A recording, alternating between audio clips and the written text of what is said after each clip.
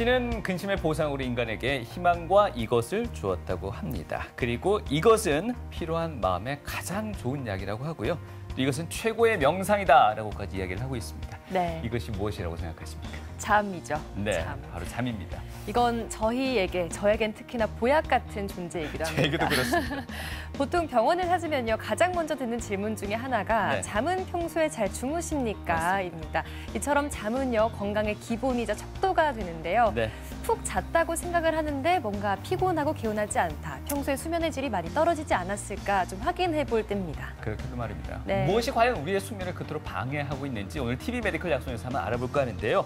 수면 장애의 종류와 또 해결 방법에 대해서 함께 알아보도록 하겠습니다. 네, 꿀잠을 도와주실 오늘의 주치 모셨습니다. 네. 이비인후과 김현서 원장님과 함께합니다. 안녕하세요. 안녕하십니까?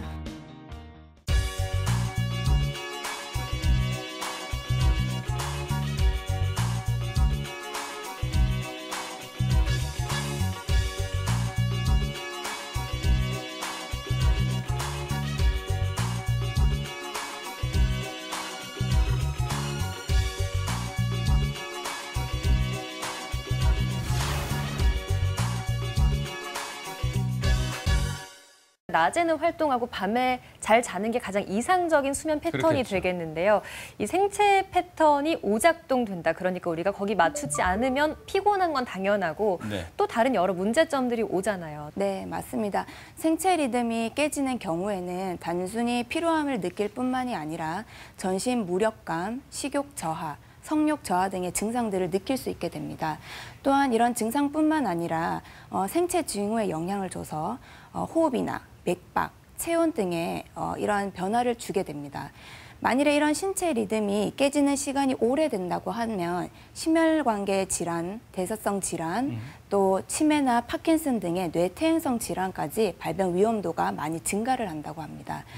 특히 교대 근무자이신 분들, 아니면 비행기 승무원들, 또 직업군이 아니더라도 밤잠에 아이를 보느라고 밤에 잠을 설치시는 분들이나 학생들이 새벽에 공부를 많이 하는 경우에도 이러한 생체 리듬이 깨지기 때문에 여러 가지 수면 문제가 생길 수 있을 거라고 생각이 됩니다.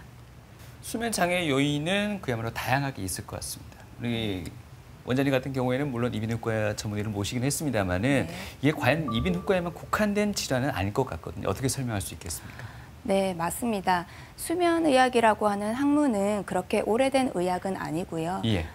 이런 수면의학은 각 한 분야에서만 보는 것은 아니고 여러 가지 과에서 긴밀하게 협진을 이루어서 보아야 되는 질환입니다. 예. 간혹 수면 이비인후과라고 간판을 보신 환자분들이 조금 이비인후과와 수면 간에 궁금증이 있으실 수가 있는데 네. 이비인후과는 수면의 질과 관련을 해서 수면에 영향을 줄 수 있는 비염이나 축농증, 편도 비대, 구강호흡 등등에 대해서 우리가 눈으로 직접 코와 입을 확인을 할 수가 있고요. 그리고 구조적으로 이상이 있는 경우에는 수술적인 치료도 할 수 있는 중요한 과로 자리 잡고 있습니다. 네. 일단 많은 과에서 도움을 받을 수 있다는 건 그만큼 전반적인 건강 상태가 수면에 영향을 크게 그렇죠. 미친다는 의미인 것 같습니다. 근데 요즘은 또 잠을 많이 자지 않는 분위기도 있는 것 같아요. 잠자는 시간을 좀 사치의 시간처럼 생각하는 맞습니다. 분들도 계시는 것 같은데 예. 이렇게 잠에까지 인색할 필요는 없을 거는 같거든요. 물론 사람마다 다르겠지만 어느 정도 자야지 충분하게 잤다라는 표현을 할 수 있을까요? 의학적으로 권고하는 수면 시간이 있습니다.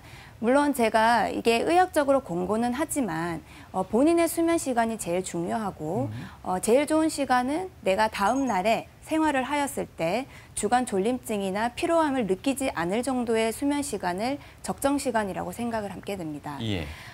평균적으로 보는 의학적 권고 시간은 정상 성인에서 8시간 정도를 권고를 하고 있고 또한 학령기 전후로는 8시간에서 11시간 정도를 권고하고 있습니다.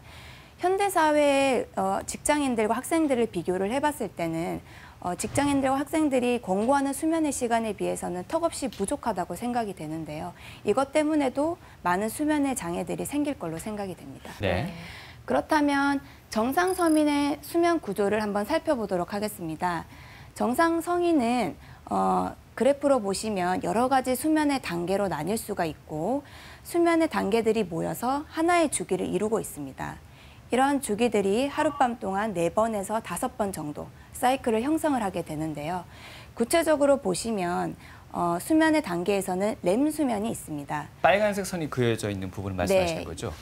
이 빨간색 막대바로 있는 게 렘 수면이고, 렘 수면은 전체 20에서 25%를 차지를 하게 되고 꿈을 꾸는 수면이라고 합니다. 보통 렘 수면이 아닌 얕은 잠에서도 꿈을 꿀 수는 있지만 대부분이 렘 수면에서 꿈을 꾸는 수면이라고 하고, 특징적으로 눈동자가 빨리 움직이는 그런 특징을 가지고 있습니다.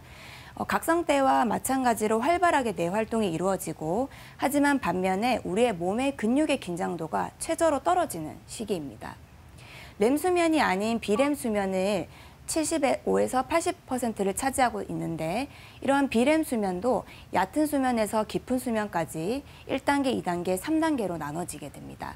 그래서 특징적으로 수면의 초반에는 이렇게 파란색 그래프로 보이는 깊은 수면이 초반에 많이 나오게 되고, 얕은 렘 수면이 새벽으로 갈수록 많이 나오게 되고, 그래서 꿈은 보통 새벽에 많이 꾼다고 얘기하시는 분들이 있습니다. 예. 그리고 말씀드렸다시피 노년에는 이런 깊은 수면이 정상적으로도 줄어들기 때문에 나이가 드시면서 수면의 증상에 대해서 호소를 하시면서 오시는 분들이 많게 됩니다. 네. 근데 왜 현대인들은 그렇지 않습니까? 이거 잠깐 자도 개운하다는 표현이 나올 때가 있고, 아무리 깊이 자도 잔 것 같지 않다고 할 때가 있습니다. 이게 이런 사이클과 시간과 다 이렇게 연관성이 있다는 얘기겠죠? 네, 다 연관이 있고 언제 깨어났는지에 대해서도 연관이 있을 수 있고, 만일에 충분히 잠을 주무신 후에도 피로감을 많이 느끼신다면 이러한 깊은 수면이 부족하지는 않았는지, 수면 중에 호흡 장애, 무호흡이나 이런 것들이 없었는지, 행동 장애들이 없었는지 이런 것들을 좀 확인해 봐야 될 문제입니다. 네. 그러면 흔히 수면 장애라고 했을 때는 또 다양한 증상들이 수면 장애에 들어 있잖아요. 어떤 증상들이 있는지 설명 주실까요? 네.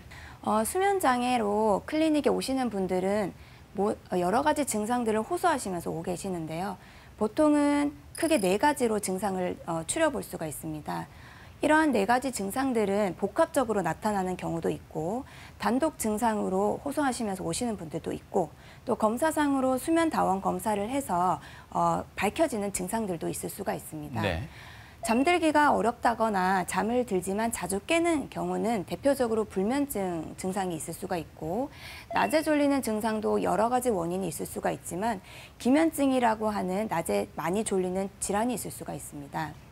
또한 자다가 이상한 행동을 하는지는 우리가 수면 클리닉에서 밤에 검사를 하시는 수면 다원 검사를 통해서 확인을 할 수가 있고, 코골이나 무호흡이 심해서 오시는 분들이 사실은 이비인후과 수면 클리닉에서 제일 많이 볼 수 있는 환자분들이십니다. 네, 여러 가지 수면 장애로 나타나는 증상들을 보면은 다들 왠지 그냥 난 잠이 너무 부족한 것 같아, 이런 증상들을 대표적으로 호소할 수 있을 것 같거든요. 이런 분들 대충 또 보면 이렇게 흔히 하시는 게 주말에 밀렸던 잠들을 다 자겠다고 한단 말이에요. 이게 과연 어떤 효과가 있을지, 효과가 제대로 나타날지가 또 의문인데요. 네.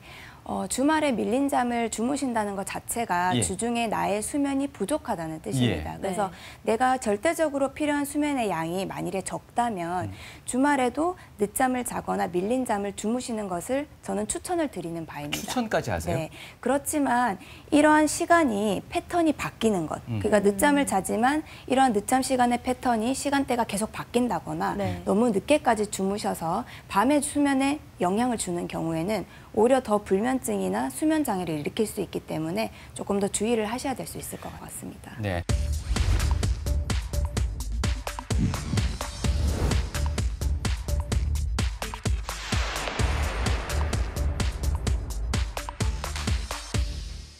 TV 메디컬 약속 오늘 이 시간 이비인후과 전문의 김현석 원장님과 함께 이 꿀잠을 방해하는 수면 장애에 대해서 알아보고 있습니다. 네, 수면 장애 이야기를 하면은 또 자주 심각하게 졸리는 문제도 빼놓을 수가 없을 것 같습니다. 실제로 운전하면서 가다 보면은 졸음 운전에 대한 경고 문구들이 굉장히 많습니다. 실제로 졸음 운전이요 교통사고 원인 1위라고 하고요, 또 치사율 1위라고 하는데 뉴스 기사를 보면 기면증이 있는 환자 이야기도 많더라고요. 실제로 꽤 많으신가요? 비율이 어느 정도일까요? 네, 교통사고의 1위가 졸음운전이고, 졸음운전 중에서도 기면증 환자들은 더욱더 큰 사고를 유발을 할 수가 있습니다. 우리가 기면증을 한번 짚고 넘어가셔야 되는데요. 기면증이라는 것은 밤에 충분히 수면을 취한 후에도 낮에 많이 졸리는 증상이 오래됐을 때 한 번쯤 의심을 하셔야 됩니다. 우리가 이제 쉽게 말해서 그저 아침잠이 많다거나 밥을 먹고 나서 많이 졸린다 이렇게 생각하고 나는 잠이 많구나 이렇게 생각을 하실 수 있지만 만일에 기면증이신 경우에는 이런 원인에 대해서 충분히 진단을 해서 일상생활에 도움을 줄 수 있게 할 수 있기 때문입니다. 기면증은 수면 발작이라고 하는 갑자기 과도한 졸음이 쏟아지는 발작이 있을 수가 있고 감정적인 흥분 시에 근육에 힘이 빠지는 허탈 발작도 있을 수가 있습니다. 예를 들어서 크게 웃는다거나 화를 많이 냈을 때 다리에 힘이 풀린다 이렇게 얘기를 하시는 분들이 있고요. 가위눌림이라고 하는 수면 마비 증상이나 잠들기 전에 환각이나 환청 등을 경험하는 인면 환각의 증상도 있거나 없을 수는 있습니다. 직장인들이나 학생들은 이런 업무나 공부를 할 때 이런 기면증의 증상으로 인해서 많은 일상생활에 영향을 많이 받을 수가 있습니다. 그래서 약물 치료를 하게 되면 그런 것들을 많이 극복을 할 수 있고 특히 수면 클리닉에서 수면 다원 검사나 다중 수면 잠복 검사를 해서 특이적으로 기면증을 진단을 할 수가 있습니다. 네, 어떻습니까? 수면을 방해하는 수면 장애 요인 가운데 기면증이 많습니까? 아니면 지금 얘기하실 이제 코골이가 더 많으신가요? 기면증보다는 코골이나 무호흡 환자가 훨씬 더 많이 있습니다. 예. 네. 코골이는 뭐 여러모로 주변에도 주변이지만 당사자에게도 상당히 건강에 안 좋은 영향을 네. 많이 미치지 않습니까? 네, 맞습니다. 예. 코골이나 수면 무호흡증은 장기간 방치를 하셨을 때 심각한 합병증을 나타낼 수가 있는데요. 수면 무호흡증은 수면 중에 상기도, 코나 모관이 막히면서 코골이가 자주 생기거나 무호흡이 발생하는 호흡 장애 질환을 얘기를 합니다. 모식도에서 보시면 이렇게 목젖과 목젖 주변에 점막으로 되어 있는 영구개가 있는데 환자분들이 이렇게 뒤로 누우셨을 때, 주무실 때 보면 이런 목젖과 영구개가 뒤쪽으로 처지게 됩니다. 그러면 숨을 쉴 수 있는 상기도의 인두 공간이 좁아지게 되고 이 주변의 구조물들이 떨리면서 코골이가 발생을 하게 되는 것입니다. 또한 이런 상태에서 인두 뒤쪽을 완전히 막아서 숨을 쉬지 못하는 상태가 10초 이상 지속이 되는 경우를 수면 무호흡이라고 하게 됩니다. 코골이와 수면 무호흡을 악화시킬 수 있는 요인에는 제일 중요한 것이 몸무게, 비만과 나이가 있습니다. 네. 살이 찌게 되면 턱 밑에도 지방세포가 쌓이게 되고 기도가 좁아지게 되면서 무호흡이 심해지게 되고요. 나이가 드시면 기도 주위에 있는 근육의 힘이 근긴장도가 떨어지면서도 기도가 좁아지게 됩니다. 또한 여성보다는 남성에서 여성은 폐경 후에 더 많이 발생을 할 수가 있고요. 나이랑 또 상관이 있을 거로 생각이 됩니다. 담배와 음주는 기도 주변의 점막을 염증을 발생시켜서 붓게 하니까 또 기도가 좁아질 수 있습니다. 때로는 날씬하신 분이시고 나이가 많지 않으신 분이신데도 코골이나 무호흡이 심하다고 오시는 분들이 있는데요. 그러한 분들은 우리가 이제 해부학적 구조에 이상이 있는지, 모관의 편도가 많이 크지는 않는지, 혀가 많이 두껍진 않는지, 목이 짧은지, 또는 아래턱이 뒤쪽으로 밀려 있거나 무턱이신 분은 아니신지를 체크를 해봐야 될 것입니다. 네. 이렇게 코골이와 무호흡이 오랫동안 지속이 되게 되면 무호흡은 숨을 쉬지 않는 시간이 길어지는 거니까 우리 몸에 있는 혈중 산소 포화도 수치가 굉장히 떨어지게 됩니다. 산소 포화도 수치가 떨어지게 되면 교감신경계가 항진이 되면서 심장에 부담을 주게 되고 심장이 부담을 주면서 활성화산소가 생성이 되게 됩니다. 그렇게 장기적으로 되다 보면 심혈관계 합병증이나 대사장애 합병증 등 여러 가지 문제를 일으킬 수가 있게 됩니다. 특히 우리가 앞에서 말했다시피 교통사고가 위험도가 굉장히 많이 증가를 하게 되고요. 같은 원인으로 사업장의 사업재해도 2배 이상으로 늘어나게 됩니다. 또한 그 밖에 고혈압이나 신부전, 관상동맥 질환, 뇌경색 이런 것들의 위험도도 굉장히 많이 올라가게 됩니다. 네. 혹시 내가 알 수 없는 고혈압으로 진단을 어느 날 갑자기 받으셨다거나 약물 치료로 당뇨나 혈압을 치료를 하고 있는데 약으로 조절이 잘 안 되시는 분들은 내가 평상시에 수면 습관 중에 코골이나 무호흡이 없는지를 한 번 더 체크를 해보시고 만일에 그런 곳에 문제가 있다면 클리닉에 한번 방문해 보실 것을 추천드립니다. 네. 네. 코골이와 무호흡 없이 잘 자는 게 얼마나 건강에 중요한지 이 증상들을 보니까 그렇죠. 네, 알게 되네요. 느껴지네요. 네, 근데 보통 마취를 할 때 수면 마취를 하는 경우도 있는데요. 네. 이런 코골이가 있거나 무호흡증 있으신 분들은 수면 마취할 때도 영향이 있지 않을까요? 네, 맞습니다. 수면 마취를 하거나 내시경을 했을 때 갑자기 산소 포화도가 급격하게 떨어지는 경우가 있습니다. 우리가 정상 산소 포화도 수치를 100%, 97% 이상으로 유지를 해야 되는데 막상 수면 무호흡 환자들을 보시면 산소 수치가 심하게는 50% 미만으로 떨어지는 경우도 있게 됩니다. 그런 경우에는 응급 상황이 발생할 수 있고 의료 사고로도 진행이 될 수가 있습니다. 따라서 내가 코골이나 무호흡이 있다고 주변에서 얘기를 들으신 분들은 내가 정확하게 무호흡증이나 코골이가 어느 정도인지를 확인을 하고 만일에 내가 내시경이나 수면 마취가 네. 필요할 때는 의료진에게 이 정보를 미리 주어서 만일의 사태에 대비를 해야 될 것 같습니다. 네, 같은 침대에서 자다가도 옆에 사람이 코골이가 심할 때는 뭐 고개를 좀 이렇게 바로 세우신다든지 베개를 똑바로 눕힌다든지 아니면 아예 그냥 코를 막는다든지 깨우거나. 여러 가지 방법들을 취하는데 네. 적절한 어떤 처치법이라는 게 있을까요? 네, 사실은 코골이가 있거나 무호흡이 있을 때 코를 막는 행위는 사실은 무호흡증이 있기 때문에 위험할 네. 수는 있고요. 만일에 베개가 많이 높다고 하면 기도가 앞쪽으로 꺾여 있을 수 있기 때문에 베개 높이를 좀 낮추는 경우도 도움이 될 수 있고 아니면 주무시는 분들 옆으로 돌아 누우시면 코골이나 무호흡이 조금 좋아지는 경향이 있습니다. 네. 하지만 그럼에도 불구하고 무호흡증이 1분 이상 심하게 오래 가는 경우에는 결국 깨우셔야 되는 경우가 있겠습니다. 네. 일단 임시 방편으로는 그렇게 저희가 사용을 할 수 있겠는데 네. 계속 너무 심하다면 수면센터를 찾아야 될 것 분명 같습니다. 갔을 때는 또 검사가 어떻게 진행이 되나요? 네, 일단 수면센터로 오셨을 때는 외래에서 진료를 보게 됩니다. 간단하게 수면 설문지와 문진표를 작성을 해서 병력을 청취하게 되고요. 그리고 또한 외래에서는 내시경을 통해서 구조적인 이상이 있는지 확인을 하게 됩니다. 이렇게 모관외를 확인을 해서 목젖이 많이 처져 있지는 않는지, 편도가 많이 크진 않는지, 목구멍이 많이 좁아져 있지 않는지를 확인을 하게 되고요. 코 안에도 봤을 때 구조적인 이상이 있는지 확인을 하게 됩니다. 다음과 같은 그림은 코 안에 비정상적인 물혹이 발견이 되어서 코가 많이 막히시는 환자분이신데요.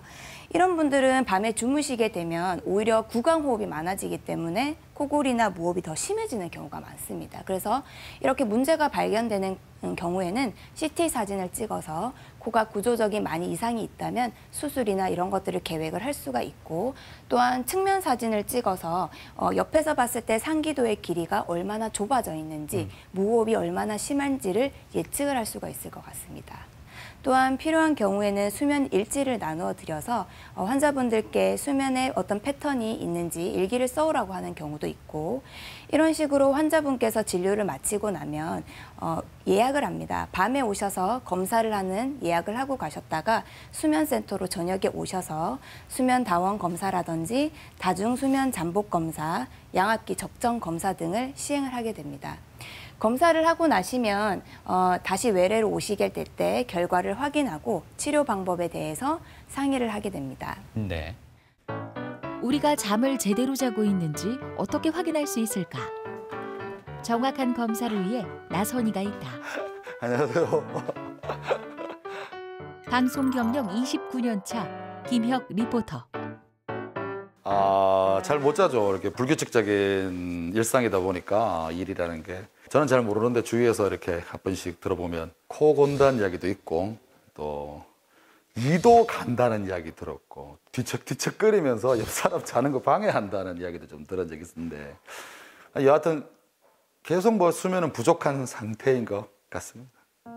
시간에 쫓기는 스케줄 탓에 잠을 푹 자본 지도 까마득하다는데 뒤바뀌어 버린 김혁의 밤낮. 문제는 없는 걸까? 목하고 코 안에 상태를 한번 봐야 되니까 마스크 잠깐만 내려보십시오. 네. 자, 이건 아프지는 않습니다. 코 모양을 잠시 보는 거니까.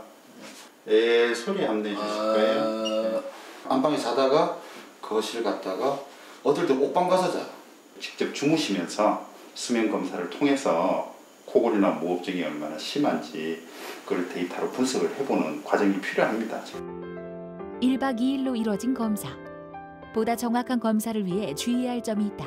오늘 검사 받으실 때 주의사항은 최대한 바른 자세로 주무시는 게 제일 좋기는 한데 네. 한 자세로만 너무 오래 주무시게 되면은 저희 수치가 잘 안 나오게 되거든요. 그래서 저희가 새벽에 들어와서 자세 교정이나 또 전극 떨어졌을 경우에는 또 전극 수정 해드릴 거거든요. 그래서 너무 놀라지 마시고 그래서 주무시던 대로 주무시면 돼요. 네, 알겠습니다. 가슴과 팔다리는 물론 머리까지 센서를 부착해 잠자는 동안에 발생하는 다양한 신체 변화를 찾아내는데 이를 수면 다원 검사라고 한다. 김혁이 잠을 자고 있는 동안 검사실에선 호흡과 근육의 움직임을 측정해 수면 단계를 실시간으로 기록한다. 과연 김혁의 밤은 안녕했을까?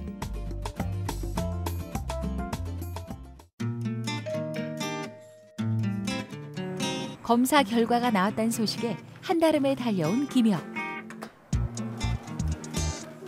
기본적으로는 코 곤다는 이야기 많이 들었고 이 간다는 이야기도 좀 들었기 때문에 아마 그런 거에 대한 조금의 좀 문제가 있지 않을까, 그 정도만 예상이 됩니다. 그날 굉장히 잘 잤기 때문에 생각보다는 수면 장애가 없을 거라 그렇게 예상이 됩니다. 선생님 안녕하십니까? 안녕하십니까? 제 진단 결과가 나왔나요? 네, 나왔습니다. 제가 그냥 뭐 수면 무호흡증보다는 코 골고 네. 좀 약간 잠 좀 못 잔다 정도이니까 그렇게 심각한 상태는 아니죠? 검사 결과를 보니 네. 심각하게 나왔습니다. 심각한 중증의 폐쇄성 수면 무호흡증이 나왔는데요. 매일 코를 고시는 분들이 생각보다 검사 결과가 중증으로 나타나시는 분들이 간혹 있고, 김영님 같은 경우는 시간당 무호흡 저호흡 지수가 40 이상으로 나타났기 때문에 중증의 가장 심한 단계의 폐쇄성 수면 무호흡증으로 결과가 나왔습니다. 그리고 특히 최저 산소 포화도 수치가 67% 정도로 굉장히 낮게 나타났고요. 정상은 어느 정도 나와야 되나요? 보통은 97% 이상 나타나야 되고, 보통은 낮에 이 정도의 수치로 나타날 때는 우리 얼굴이 파래지는 청색증이 나타난다거나 숨이 굉장히 차서 숨을 못 쉬는 정도의 그런 증상들이 나타날 수 있는 굉장히 나쁜 산소 포화도 수치를 볼 수 있고, 특히 숨을 쉬지 않는 가장 긴 무호흡이 51초 정도로 나왔습니다. 제가 51초 동안 숨을 안 쉰다는 거예요? 네. 호흡 기류가 90% 이상 숨을 쉬지 않는 게 51초가 가장 길게 나타나는 시간이 51초 정도로 나타났습니다. 일상에서도 50초를 숨을 참는다는 게 쉬운 게 아닌데. 네, 맞습니다. 양압기 착용을 해서 이런 무호흡과 코골이를 교정을 해야 될 것 같습니다. 저 사실 네. 뭐 좀 수면 장애가 살짝 있다는 것 뿐이지 네. 불편하지 않거든요. 네. 그 양압기를 차야 돼요. 어쨌거나 이런 무호흡 수치가 굉장히 심하기 때문에 꼭 치료가 필요한 과정이고, 그 치료 방법 중에 제가 봤을 때는 가장 효율적인 방법이 양압기를 착용해서 치료를 해야 될 것 같습니다. 좀 놀랐습니다. 생각보다 검사 결과를 받고 더 심각하다는 걸 아시는 분들이 놀라시는 분들이 많이 있어요. 저뿐만 아니라 네, 많은 분들이 네. 오늘부터 양압기를 찬다고 해도 네. 사실 제 습관이 네. 그렇게 좀 이렇게 꾸준하게 네. 이렇게 하는 성실성형이 아니라서 네. 또 착용을 안 할 수가 있는데, 안 하게 되면 더 심해지나요? 사실은 더 심해지지는 않는데요. 보통은 양압기를 착용을 하는 것 자체에 거부감을 처음에 느끼시는 분들이 많은데, 내가 이렇게 양압기를 쓰고 나서 무호흡이 교정이 되고 나면 보통 주간에 낮에 삶의 질이 달라지는 것을 느끼실 수가 있습니다. 쓰시지 못하는 상황에서는 본인의 컨디션이나 상태에 따라서 선택해서 쓰는 경우도 있습니다. 아침에 잘 잤다 이거 한번 할 수 있는 거예요? 네, 김영님 같은 경우는 특히나 산소 포화도 수치가 이렇게 떨어지신 분들은 오히려 쓰시고 나서 본인의 만족도가 더 높게 나타나실 수도 있을 것 같네요. 수면의 질을 한번 높여보겠습니다. 네. 진짜 심각했나? 네, 김영 리포터도 이번 검사를 계기로 앞으로 좀 체계적으로 잘 관리해 나가셔야 될 것 같고요. 원장님, 의외로 검사를 통해서 이토록 중증 환자들이 또 나타나는 경우가 많다고 말씀하시던데요. 네, 실제로 단순히 코골이만 있다거나 예. 배우자분께서 코를 많이 곤다 하고 오시는 분들 중에 상당수가 많이 무호흡을 많이 가지고 계시고요. 네. 실제로 무호흡 지수도 굉장히 높으신 분들이 많이 있습니다. 네, 우리 김영 리포터가 받았다는 이 수면 다원 검사에 대해서 좀 자세히 설명을 해주시죠. 네, 수면 다원 검사라는 것은 수면 중에 발생하는 다양한 이벤트들, 이런 것들을 확인해서 각종 수면 장애를 진단하는 데 필수적인 검사입니다. 수면 호흡 검사, 대표적으로 코골이나 무호흡이 있는지를 검사를 할 수가 있고요. 심전도를 통해서 심혈관계에도 검사를 할 수가 있습니다. 또한 뇌파와 안전도, 턱 근전도를 통해서 수면의 구조가 어떤지 비렘 수면, 렘 수면의 구조를 알 수가 있고 수면 중에 움직임이 있는지도 파악을 할 수가 있습니다. 네.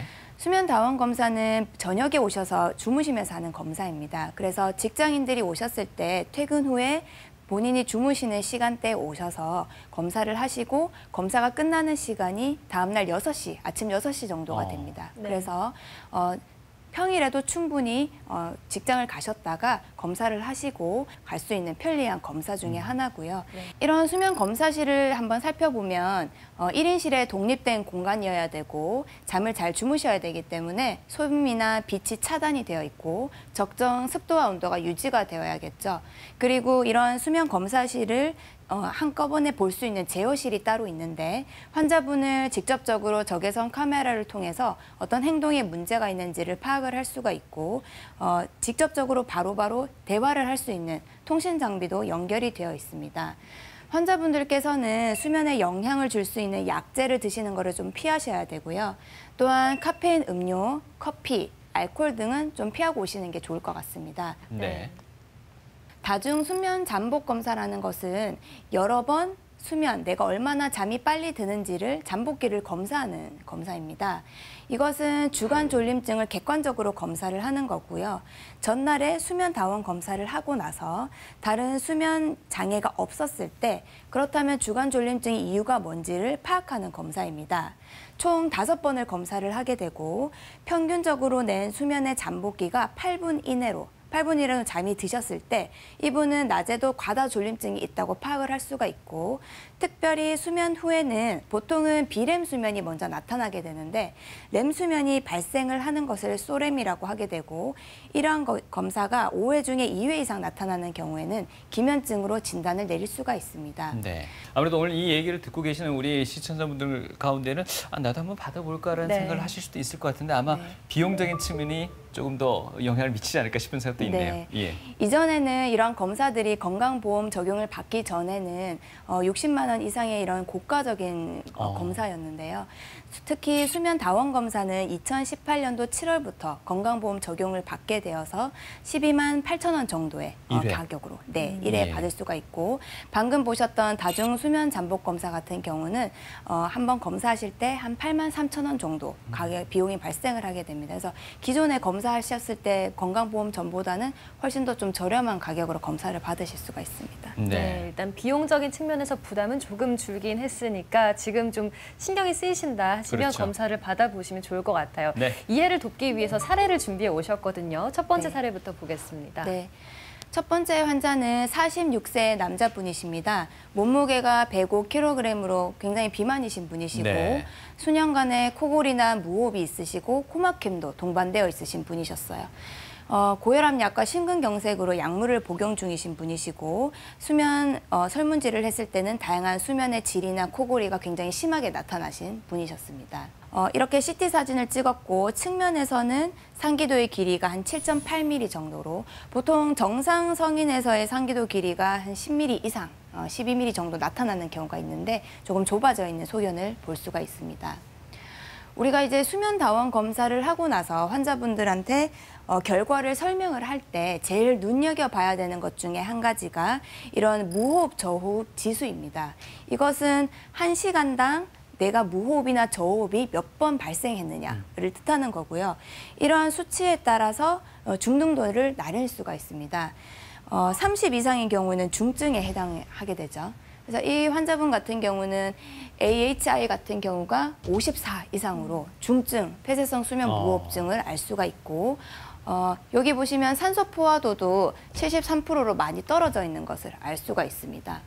한눈에 쉽게 보기 위해서 이런 그래프를 보시면 위쪽에 있는 게 이제 혈중 산소 포화도인데 이런 산소 포화도가 위에 일직선으로 이렇게 나타나야 되는 것들이 중간중간에 이렇게 떨어지는 부분들을 볼 수가 있고 이 그래프 같은 경우는 코를 고는 횟수입니다. 그래서 밤에 잠을 주무시고 나셔서부터 바로 이렇게 코골이가 발생을 하는 것을 알 수가 있겠습니다. 그래서 이분은 진단을 중증 폐쇄성 수면 무호흡증이라고 진단을 내렸고요. 치료에 대해서 상의를 하고 지속 양압기를 쓰기로 하였습니다. 양압기는 이러한 원리로 치료를 하게 됩니다. 마스크와 호수를 통해서 바람을 인위적으로 불어넣어주면 이쪽에 좁아져 있는 인두벽의 공간이 넓어지게 되죠. 풍선처럼 넓어지는 효과를 주어서 코골이나 무호흡을 없애주게 됩니다. 그래서 우리가 코골이나 무호흡을 없애주는 압력 측정하는 검사를 하게 되면 이 환자분 같은 경우는 양압기를 쓰시는 순간 코골이나 무호흡이 완전히 사라지게 됩니다. 그래서 보통은 중증이신 분들은 양압기 치료를 먼저 권유드리는 경우가 있고요. 네. 만일에 양압기 치료가 내가 맞지 않다거나 양압기를 도저히 쓰지 못하겠다, 거부하시는 분들은 다른 치료법을 고려할 수도 있습니다.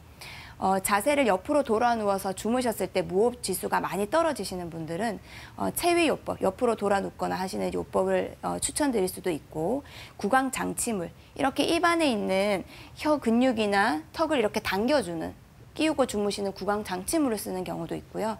편도가 비대져 있다거나 코에 구조물의 이상이 있는 경우는 수술도 고려해 볼 수는 있습니다. 네. 하지만 양압기처럼 이렇게 코골이와 무호흡을 완전히 없앨 수 있는 경우는 지금 현재로서는 양압기 치료가 제일 적당한 것으로 생각이 됩니다. 다른 치료법에 비해서 환자에게 조금 더 효율성이 높은 치료가 양압기 치료다. 네, 양압기 치료를 함에 있어서 그 압력 같은 것도 환자 스스로가 조절이 가능한 건가요? 양압기가 환자분이 스스로 압력을 세팅을 하게 되어는 있습니다. 그런데 저희가 보통은 무호흡이 심하신 분들은 수면다원 검사실에 오셔서 다시 양압기를 끼고 무호흡과 코골이가 없어지는 압력을 측정하는 검사를 한 번 더 하게 되기 때문에 마스크가 단순히 불편하다고 하셔서 압력을 세팅을 마음대로 바꾸시게 되면 오히려 더 불편하거나 주무시다가 마스크를 벗게 되는 경우가 있고요. 이런 경우에는 병원에 내원하셔서 같이 상담을 하고 양압기를 쓴 데이터를 보면서 분석을 할 수가 있을 것 같습니다. 말씀하시는 데이터가 바로 이 장면인가요? 네, 그래서 이분은 양압기를 처방을 해서 무호흡과 저호흡 지수를 비교를 해보았더니 처음에 54였던 무호흡 저호흡 지수가 1.9로 많이 떨어진 것을 확연하게 볼 수가 있고요. 그래프에서 보셨던 이렇게 산소 수치가 많이 떨어지는 부분도 양압기를 처방하고 나서는 평균 95% 이상의 산소 포화도를 유지하는 것으로 볼 수 있습니다. 네. 또한 특징적으로 이렇게 코골이가 많이 심했었는데 지금 양압기를 쓰시고 나니까 코골이가 전혀 없는 것을 알 수가 있죠. 그래서 각성이나 맥박 등에도 다 이제 줄어든 것을 알 수가 있을 것 같습니다. 그럼 이 정도 수치의 변화는 완치라고 표현을 하게 되는 건가요? 사실은 현재 양압기를 쓴 상태에서는 굉장히 결과가 좋기는 합니다. 예. 하지만 이렇게 한번 양압기를 쓰고 나서 양압기를 벗었을 때는 다시 무호흡이 발생을 하기 때문에 만성질환처럼 양압기를 쓰시면서 관리를 해주셔야 됩니다. 자, 이제 다음 사례를 한번 만나보겠습니다. 네. 이분은 졸림이 심하다 이런 증상이 있으시네요. 낮졸림이 심하시네요. 네. 이분도 40세 남자분이신데 BMI가 31로 비만이신 편이시고 특히 운전할 때 자주 졸린다 하시고 코골이나 무호흡증이 있으셨던 분이셨습니다. 이분은 특징적으로 자다가 중얼거림이 심하고 잠꼬대가 많다라고 얘기를 하신 분이셨고 그래서 저희가 이제 수면다원 검사를 시행을 하게 되었습니다. 먼저 코안과 구강 구조를 확인을 하였는데 특징적으로 이분은 상기도 길이가 3mm 정도로 굉장히 좁아져 있는 것을 알 수가 있었고 그래서 무호흡이 굉장히 심하시겠구나 우리가 예측을 할 수가 있었습니다. 이분은 보시게 되면 무호흡 저호흡 지수가 70이 넘습니다. 시간당 70회 이상 무호흡이 발생을 하는 거고 굉장히 수면 수치가 산소 수치가 많이 떨어지게 되고 옆에서 그래프로 보시면 정상적인 부분이 거의 없고 잠에 이렇게 주무시고 난 이후부터는 산소 수치가 계속적으로 떨어지게 됩니다. 네. 산소 포화도가 보통 한 70% 정도의 평균을 유지를 하고 있고 최저 산소 포화도는 50%까지 떨어지게 됩니다. 그리고 이분은 주기적으로 다리 떨림이 굉장히 심하신 분이었는데요.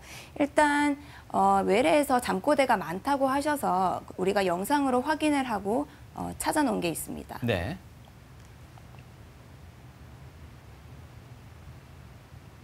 왼손을 지금 수면 상태인가요? 네, 수면 상태이고 이게 이제 음성이 나오고 있지는 않는데 예. 이분이 이제 손을 들면서 잠꼬대처럼 말을 많이 하고 있습니다. 이런 행동이 주무시면서 한 4-5차례 정도 발견이 되었고 예. 그런데 이제 뇌파나 산소 수치나 이런 것들을 비교를 해 보았을 때는 이분이 단순한 이제 행동 장애는 아니고 네. 무호흡이 있어서 무호흡 때문에 각성이 일어나면서 생기는 말이나 행동의 장애였습니다. 그래서 이분도 중증 폐쇄성 수면 무호흡증으로 진단을 하고 다른 이런 주기적인 하지 운동이나 행동 장애에 대해서 약물 치료를 하지 않고 지속 양압기만 처방을 하였습니다. 지속 양압기를 처방을 해서 산소 수치를 올바르게 맞춰서 보니까 코골이 무호흡뿐만 아니라 주기적인 하지 운동이나 이런 수면 중 행동 장애도 약물 치료 없이 교정되는 것을 볼 수가 있었습니다. 일상생활에 불편함을 주는 수면 장애. 병원을 찾은 한대훈 씨도 오랜 시간 잠과의 사투를 해야만 했다. 주위 사람들의 숙면을 방해하지 본인 스스로는 별로 이 불편함을 못 느끼는데 주위에서 자꾸 얘기를 해주고 또 저희 부친께서 코를 많이 고시고 수면 무호흡증이 있으셨거든요. 저희를 봐왔기 때문에 그러면 제가 아버지랑 똑같은 증상이 있는 것 같다. 그렇게 생각하고 있었어요. 안녕하세요. 심각한 코골이는 물론 자면서 무호흡증까지 있었던 대훈 씨. 장시간 운전하는 일이 많았던 그는 그저 몸이 피곤한 탓이겠지 하며 대수롭지 않게 여겼다. 그러나 가볍게 생각했던 수면장애 증상은 진단 결과 치료가 필요한 중증 상태였다. 수면 다원 검사를 해보니까 시간당 1시간에 숨을 쉬지 않는 무호흡과 저호흡을 합한 횟수가 23회 정도 중등도의 코는 안 나오잖아요. 폐쇄성 수면 무호흡증이셨습니다. 특히 이분은 산소 수치가 많이 떨어지셔서 우리가 보통 정상 수치가 97%까지 유지가 돼야 되는데 77%까지 수면 산소 포화도가 많이 떨어지는 것을 볼 수가 있었고 특히 숨을 쉬지 않는 시간이 거의 1분 가까이 지속이 되셔서 굉장히 심한 상태라고 볼 수가 있습니다. 낮에 좀 졸리시거나 자주 이제 깜빡깜빡 존다거나 이런 건 좀 많이 좋아지셨나요? 그런 거는 지금 양압기 하고는 네. 전혀 없어졌어요. 네. 그 양압기를 하고 잤을 때 효과가 훨씬 좋으니까 네. 잘 쓰고 있습니다. 몸뿐만 아니라 일상까지 피곤하게 만드는 수면 장애. 양압기 치료를 6개월간 받으며 대훈 씨 아침도 확연히 달라졌다. 하고 나니까 제가 그때 충분한 이제 수면의 어떤 질이 떨어져 있었구나. 코를 골면서 더 뒤척이게 되고 숨을 안 쉬게 되면서 어떤 나는 모르지만 몸에서 어떤 부담을 느낄 수 있었는데 그게 양압기를 함으로 해서 산소가 계속 지속적으로 공급이 되니까 편한 숙면을 취할 수 있었던 거죠. 똑같은 시간을 자더라도 훨씬 개운하고 몸도 가볍고 지금은 잘 쓰고 있습니다. 여성보다 남성에게서 많이 나타나는 수면 무호흡증. 중년의 김길수 씨 역시 수면 장애로 양압기의 도움을 받고 있다. 제가 젊을 때부터 코골이하고 수면 무호흡이 좀 심했습니다. 그리고 이제 결혼하고 난 뒤에 둘째가 발달 장애가 있다 보니까 밤에도 이제 기저귀를 한 2번, 3번 갈아야 되고 이러니까 항상 잠을 이렇게 푹 자지를 못해요. 그래서 이제 아무래도 여기서 이제 좀 양압기 치료를 받으면 좀 낫지 않을까 해서 이제 오게 됐어요. 평소 불규칙한 수면 습관도 있지만 무엇보다 길수 씨의 수면 장애 원인은 따로 있었다. 바로 10년 가까이 따라다닌 고혈압. 몸의 혈압이 높아지면서 코골이가 더욱 심해지는 악순환을 가져왔다.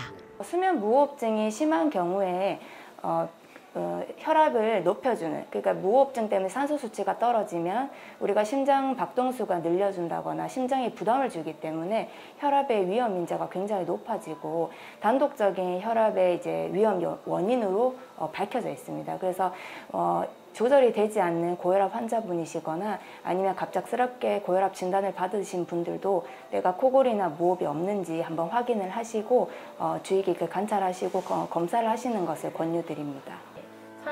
고혈압뿐만 아니라 각종 합병증을 일으키는 수면 장애.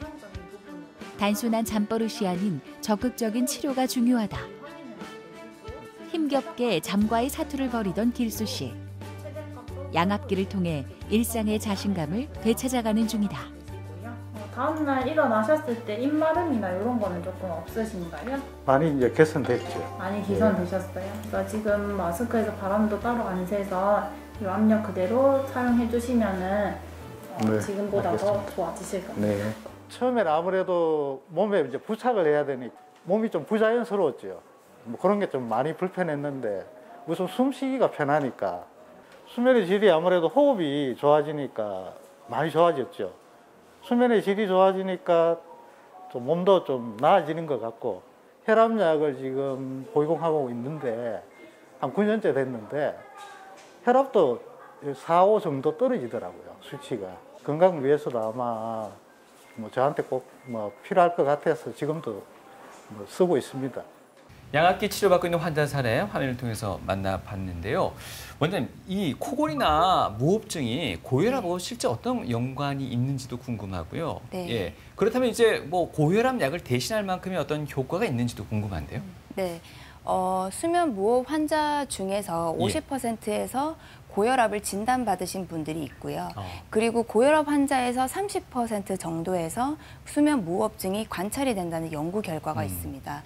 이렇게 수면 무호흡증은 산소 수치를 떨어뜨리고 교감신경계를 활성화시켜서 혈압을 높여서 고혈압을 일으킬 수 있는 위험한 단독 인자로 지금 이제 연구 결과가 나와 있고요. 그렇다면 이렇게 이제 약물 치료를 했을 때도 혈압이 잘 조절되지 않으신 분들이 양압기가 혈압을 낮추는 효과가 있으니까 혈압이 정상화되면 약을 끊을 수 있느냐고 물어보시는 분들이 있습니다. 하지만 사실은 고혈압 같은 경우에는 단순히 혈압의 수치만으로만 약을 처방하거나 끊는 게 아니기 때문에 본인이 자의로 약을 줄인다거나 끊는 거는 피하시는 게 좋고요. 혈압약을 처방받고 있는 내과 주치의 선생님과 상담을 해서 심장이나 신장 등을 종합적으로 평가해서 상담받아 보시면 좋을 것 같습니다. 네. 원인은 이어질 수 있지만 치료법은 따로 생각해서 하는 게 맞겠네요. 네. 다음 사례도 한번 만나보겠습니다. 이분은 행동장애가 좀 일어나고 있는 것 같아요. 네. 이분은 61세 남자분이시고 불면증이 심한 분이셨습니다. 퇴직 후에 심해지고 보호자분께서 이분이 한 번씩 자다가 방을 돌아다닌다거나 거실로 나온다 이렇게 얘기를 하신 경우가 있었고 그런데 이제 본인은 전혀 기억을 하지 못하시는 상황이었습니다. 그리고 자기 전에는 다리가 자주 저리고 통증으로 인해서 잠을 잘 못 자겠어요. 우리가 앞에서 보셨던 하지 불안 증후군은 조금 의심할 만한 증상이 있으셨고 수면제를 3년 전부터 복용을 하시기 시작했는데 현재는 필요시에만 간헐적으로 복용을 하고 환자분께서 내가 수면제를 복용을 했을 때 조금 뭔가 부작용이 있는 것 같아요 라고 얘기를 하셨었습니다. 이분은 수면 다원 검사를 하시기 전에 잠이 너무 안 오셔서 수면 단계에 영향을 주지 않는 수면제를 복용을 하고 주무셨습니다. 그런데 수면 그래프를 봤을 때는 이런 3단계인 깊은 수면이 전혀 나타나지 않았고 렘 수면도 굉장히 짧게 나타났고 대부분이 각성의 상태를 유지를 하면서 얕은 잠을 많이 주무시는 걸로 보였습니다. 또한 주기적으로 사지가 움직이는 이런 하지 불안 증후군을 의심할 만한 검사 소견도 굉장히 높게 나왔습니다. 동영상을 한번 보도록 하겠습니다. 이 부분은 이제 주무시기 전입니다. 주무시기 전에 다리가 불편하시니까 가만히 누워 계시지 못하고 다리를 자꾸 움직이고 손으로 이제 주무르거나 만진다거나 이제 앉았다 일어났다 하면서 쉽게 잠을 못 드시는 부분을 알 수가 있고요. 실제 수면 상태로 빠지기까지는 시간이 상당히 걸리시겠어요. 네, 그래서 이분이 이제 미리 그런 상황을 아시니까 약을 복용을 하셨던 것 같습니다. 그리고 나서 이제 잠을 드셨는데 지금 앉아 계시지만 주무시고 계시는 겁니다. 이분은 사실 이렇게 앉아 계시기도 하고 침대에서 내려와서 방을 돌아다니시기도 하고 침대에 걸터 앉아서 이제 엎드려서 주무시기도 하고 수면 기사분이 들어와서 혹시 낙상의 사고나 이런 위험이 있을까 싶어서 옆에서 계속 이제 관찰을 하였는데 말을 이제 걸거나 이제 얘기를 해도 전혀 알아듣지 못하시고 횡설수설하는 모습이 있었고 주무시면서도 이렇게 계속 손 발을 움직이시거나 다리를 움찔움찔 거리시거나 이런 행동 장애들이 보였습니다. 사실은 이제 행동 장애가 있을 때는 렘 수면 행동 장애가 있으시진 않은지 특히 나이가 있으시기 때문에 그런 거를 고려를 해봤는데요. 이분은 수면에 전반적으로 걸쳐서 이런 행동 장애가 나타났고 그리고 끝나고 나셔서 검사 끝나고 나서 여쭤봤을 때는 역시나 또 전혀 기억을 하지 못하는 상황이었습니다. 네. 그래서 이분은 진단을 하지 불안 증후군으로 진단을 먼저 내렸고요. 이러한 행동장애를 약물 유발에 의한 행동장애라고 진단을 내렸습니다. 우리가 병원에서 많이 흔히 처방하는 수면제가 있는데 이러한 수면제로 인해서 행동장애를 유발을 할 수가 있습니다. 사실은 이런 경우가 굉장히 드문 편이긴 하지만 우리가 이런 수면제의 약가에서 이제 사용상 주의사항을 찾아보셨으면 첫 번째 경고사항에 이 약을 복용하셨을 때 수면 보행이나 수면 운전 이러한 치명적인 사고가 생길 수 있는 결과를 초래할 수 있다고 첫 번째 경고에 적혀져 있습니다. 그래서 수면제를 복용하셨을 때는 주의 깊은 관찰도 필요하게 되고요. 충분한 수면의 시간을 확보를 해야 됩니다. 네. 마지막 증례는 25세 남자분이십니다. 이분도 굉장히 비만하신 분이시고 네. 이분은 4년 동안에 굉장히 심한 낮 졸음증을 호소하고 계신 분이었습니다.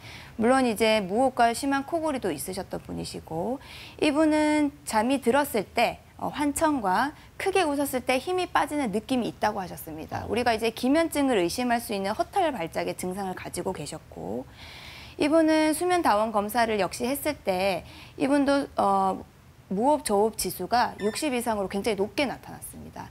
이런 경우에는 낮 주간 졸음의 원인이 무호흡과 코골이의 원인일 수 있기 때문에 일단은 양압기를 착용을 하면서 주간 졸림증이 호전되는지를 확인을 하였습니다. 3개월 뒤에 양압기를 착용을 하고 주간 졸음증이 좀 좋아는 졌지만 그래도 낮 주간 졸음이 굉장히 일상생활에 방해를 줄 정도로 심하다라고 하셔서 이분은 양압기를 착용한 상태에서 수면다원 검사와 다중수면 잠복 검사를 시행을 하였습니다. 수면다원 검사를 보셨을 때는 특징적으로 여기서 잠이 드시면서 바로 잠이 들고 까만색 막대바가 보이는 게 렘수면인데 렘수면이 굉장히 일찍 나타나는 것으로 볼 수가 네. 있습니다. 그래서 수면의 잠복기는 2.5분, 3분 미만이었고 렘수면이 3분 내로 나타나는 이런 기면증을 의심할 수 있는 소견이 있었고 다음날 오전에 한 다중수면 잠복 검사에서도 이렇게 렘수면이 일찍 나오는 게 한 차례 확인이 되어서 이분은 기면증으로 진단을 받으신 분이십니다. 그래서 이분은 치료로는 이제 낮 주간 졸림을 좀 억제할 수 있는 약물 치료를 병행을 하면서 이런 분들은 잠을 자는 시간과 기상하는 시간을 일정하게 패턴을 유지하고 낮잠을 주무시는 게 이런 수면 발작에 도움이 될 수가 있습니다. 그래서 이러한 생활 습관을 교정하고 수면 교육을 해서 지금 주간 졸림증이 약물 치료로 잘 관리가 되고 계시는 분이십니다.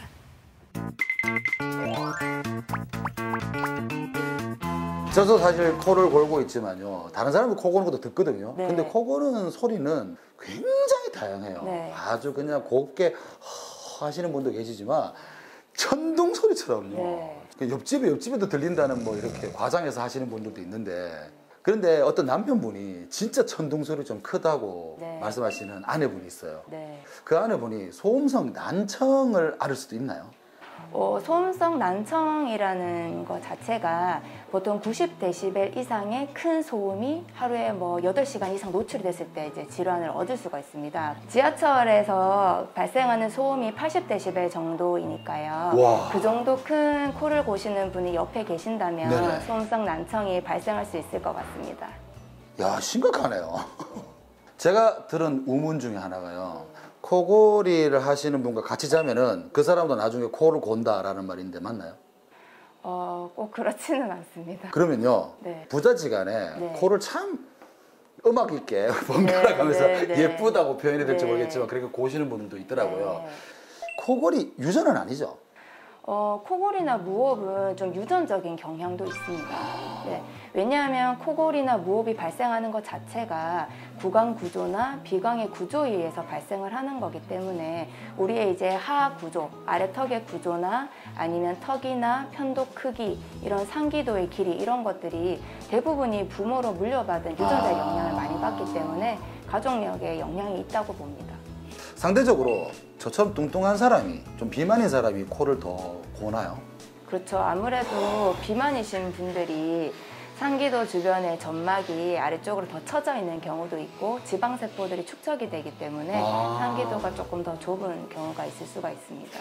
살을 좀 빼야겠네요, 제가. 네, 체중을 조절하는 것도 무호흡이나 코골이에 좋아지는 데 큰 영향을 미칠 수가 있습니다. 저뿐만 아니라 요즘 많은 분들이 수면 질환에 대해서 관심이 굉장히 많거든요. 그래서 저희들이 시민분들의 이야기를 담아봤습니다. 네. 보시죠. 저녁에 스마트폰을 많이 봐서 그런지 잠을 잘 못 이루는 날이 많이 있습니다. 제가 요새 공부에 대한 스트레스 때문인지 잠을 잘 못 자고 있어요. 주변에 얘기 들어보니까 남편이 코를 너무 많이 골아가지고 아내가 잠을 잘 못 자는 경우가 많더라고요. 저는 어릴 적부터 신경이 예민해서 잠을 잘 못 자는 편입니다. 잠이 잘 안 올 때는 따뜻한 물에 목욕하고 자는 경우가 많더라고요. 밤에 잠할 때 좋다는 뭐 우유라든지 상추 같은 건지 뭐 그런 것도 먹어보고 했었는데 생각보다 그래도 잠이 잘 들고 하진 않았습니다. 아예 이제 핸드폰을 거실에 놔둔다든지 좀 그런 경우로 하고 있습니다. 차나 이렇게 수면에 좋다는 걸 많이 권해봤는데도 솔직히 조금 일시적인 것 뿐이더라고요. 잠을 자려고 수면 유도제를 몇 번 먹어본 적은 있습니다. 자려고 물도 많이 마셔보고 보통 수면 시간보다 1시간 정도 일찍 침대에 누워도 보고 했는데 그래도 잠이 잘 안 오더라고요. 수면 유도 ASMR을 들으면 정말 수면에 도움이 될까요? 실제적으로는 의학적으로 그 수면에 도움이 된다고 증명된 바는 없습니다.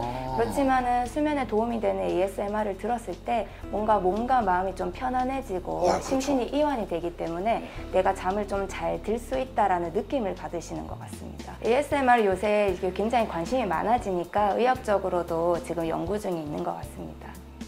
시청자분들의 수면장애와 다양한 궁금증을 제가 모아봤습니다. 10살 된 아들을 둔 어머니가요. 어느 날 보니까 아이가 코를 골더라는 거예요. 처음에는 그냥 얕게 골다 보니까 그렇게 큰 걱정을 하지 않았는데 어느 날 문득 애기 자는 모습을 보니까 숨이 넘어갈 정도로 컥컥컥 그러더라는 거예요. 그 우리 소아 코골이도 있을 거고 소아 수면 장애도 있을 거라 생각이 듭니다. 이게 성인보다는 덜 심한 거죠, 사실. 그렇지는 않습니다. 그래요? 소아는 성장을 한다는 굉장히 중요한 시기이기 때문에 소아에서 코골이나 무호흡증이 발생을 하는 경우에는 뭔가 이제 기억의 학습에 문제가 있다든지 성장의 문제, 특히 코를 고는 아이들은 구강 구조가 변화가 되기 때문에 얼굴의 모양이 바뀌는 경우도 있을 수가 있습니다. 또한 무호흡 때문에 행동이 과다하게 주의력 결핍 등의 행동의 문제들로 나타나는 경우도 있어서 소아가 코를 고는 경우에도 부모님들이나 옆에 계신 분들이 좀 더 주의 깊게 관찰을 하고 검사를 해봐야 될 가능성이 있습니다. 그냥 코 곤다고 귀여워하고 이뻐야 될 일이 아니군요, 이게. 특히 무호흡이 때문에 산소 수치가 떨어지거나 이런 경우는 성장에 큰 영향을 미치기 때문에요. 이게 진짜 큰 도움 됐을 것 같습니다. 진짜 아이 같은 경우 더 심각할 수 있으니까 성장 과정이. 제 친구가 사실은 비염이 있어요. 비염이 있는데 이 비염도 코골이와 연관성이 있을까요? 굉장히 밀접한 관련이 있을 수가 있는데요. 특히 이제 코를 고시는 분들 중에 코 안에 이제 비강의 구조적인 이상이 있다거나 비염 때문에 코가 많이 막히시는 분들이 코를 더 많이 골 수가 있고 특히 구강호흡을 하게 됨으로써 무호흡도 더 심해질 수가 있는데요. 그래서 비염이 있으시거나 코가 막히시는 분들은 꼭 이비인후과에서 코 쪽에 구조적인 이상이 있는지도 확인을 해보시고 코골이를 수술로 교정할 수 있는지도 확인을 할 수가 있습니다. TV 메디컬 약속 오늘 이 시간 대표적인 수면 장애와 그 치료법까지 알아봤습니다. 김현수 원장님, 우리에게는 보약과도 같은 잠입니다. 건강한 수면을 위해서 도움이 될 수 있는 아주 소중한 말씀 마지막으로 한번 주신다면요. 네, 건강한 수면을 위해서는 먼저 잠자리에 드는 시간과 일어나는 시간을 일정하고 규칙적으로 하셔야 될 것 같고요. 그리고 낮에 40분 동안 땀이 날 정도의 운동이 좀 도움이 될 수가 있습니다. 대신에 주무시기 직전에 운동은 오히려 숙면을 방해를 할 수가 있고요. 그리고 술과 담배, 또 숙면에 영향을 줄 수 있는 카페인 음료는 좀 피하는 게 좋을 것 같습니다. 그리고 잠자리에서는 소음을 없애고 온도와 조명을 일정하게 유지를 해주시는 게 좋겠고요. 만일에 내가 자려고 누우셨을 때 잠이 오시지 않는다면 그 자리를 벗어나서 뭔가 좀 심신을 이완시킬 수 있는 명상이라든지 간단한 요가 같은 걸 하는 것들도 도움이 될 수가 있을 것 같습니다. 매년 전 세계에서는 수면의 날을 지정을 해서 이 날을 기념을 하고 있는데요. 그만큼 수면에 대해서 관심이 많이 높아지고 활발한 연구를 하고 있는 것으로 알고 있습니다. 네. 우리가 만일에 낮에 주간 졸림이 심하시다거나 코골이가 있으시다거나 혹시 조절되지 않는 고혈압을 가지신 분들이 있으시다면 나의 수면의 질에 어떤 문제가 있는지를 한번 체크를 해보시고 수면센터에 방문하셔서 전문의와 상담을 받아보시기 바랍니다. 네, 앞서서 적당한 수면이 정말 중요하다고 말씀을 주셨지만 네. 항상 잠이 부족한 우리 고3 수험생들이 있습니다. 옛말로는 4당 오락이라고 해서 4시간을 자면 합격하고 5시간 자면 떨어진다고 했었는데 옛말이고요. 요즘은 잠이 주면 성적도 준다고 하더라고요. 그런 것 같네요. 네. 충분한 수면이 집중력과 또 학습 능률을 더욱더 높인다는 연구 결과도 있습니다. 우리 학생뿐만이 아니라 전 연령을 불문하고 건강한 잠, 보약 이거 아주 즐겨 드시기 바랍니다. 네, 꿀잠 이룰 수 있도록 유용한 정보 주셨습니다. 네. 이디인후과 김현석 원장님과 함께했습니다. 감사합니다. 고맙습니다. 감사합니다.